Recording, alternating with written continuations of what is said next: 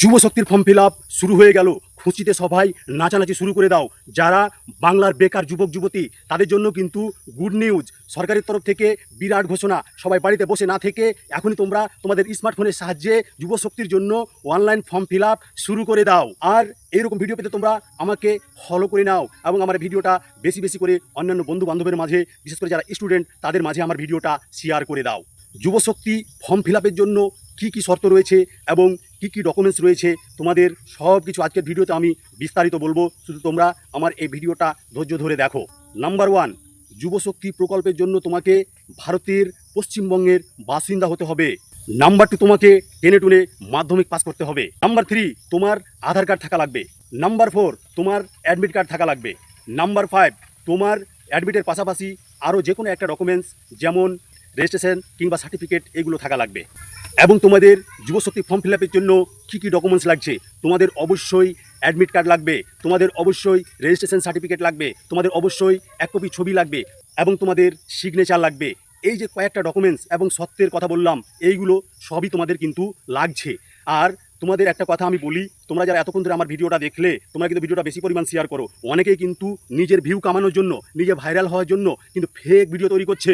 দেখো বন্ধুরা, এখনও পর্যন্ত কিন্তু সরকারিভাবে কোনো অফিসিয়াল ঘোষণা হয়নি যে আজকে থেকে ফর্ম ফিল আপ শুরু। তার কারণ তুমি গুগলে যদি সার্চ করো, তুমি যে কোনো ব্রাউজার ওপেন করে তুমি যদি সার্চ করো যুবশক্তি, তুমি যদি লিখো যুবশক্তি ফর্ম ফিল আপ, সেখানে কিন্তু নানা ধরনের ওয়েবসাইট চলে আসছে। সেখানে কিন্তু আমি যেসব কথাগুলো বললাম, যেসব ডকুমেন্টসের কথা বললাম, সেম কিন্তু সাইট খুলে যাচ্ছে। সেইগুলো কিন্তু ফেক সাইট, সেইগুলো ফেক ওয়েবসাইট। তোমরা ভালো করে আমার কথাগুলো শুনো।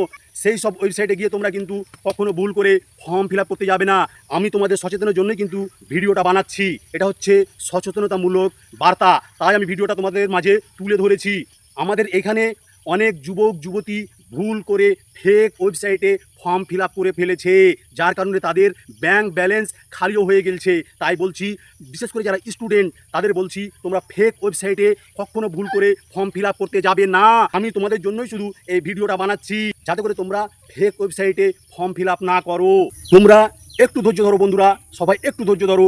সরকার যখন বলেছে যে প্রত্যেকে যুবশক্তির ফর্ম ফিল আপ করতে পারবে, যারা মাধ্যমিক ও এইচএস পাস করেছে তারা 2000 টাকা, এবং যারা গ্র্যাজুয়েশন, এমএ, বিএ এইসবগুলো কমপ্লিট করেছে, ডিগ্রি করেছে, তারা কিন্তু 3000 টাকা করে পাবে। তাই কেউ অযথা টেনশন করবে না, তোমরা শুধু একটু অপেক্ষা করো। সরকারিভাবে যখন ঘোষণা হবে, আমি আমার এই পেজে তোমাদের ভিডিও দিয়ে দেখিয়ে দিব এবং কিভাবে তোমরা সঠিক পদ্ধতিতে যুবশক্তির জন্য ফর্ম ফিল আপ করবে, এটাও কিন্তু আমি এই ভিডিওর মাধ্যমে তোমাদের step by step form fill আপের পদ্ধতি দেখিয়ে দিব।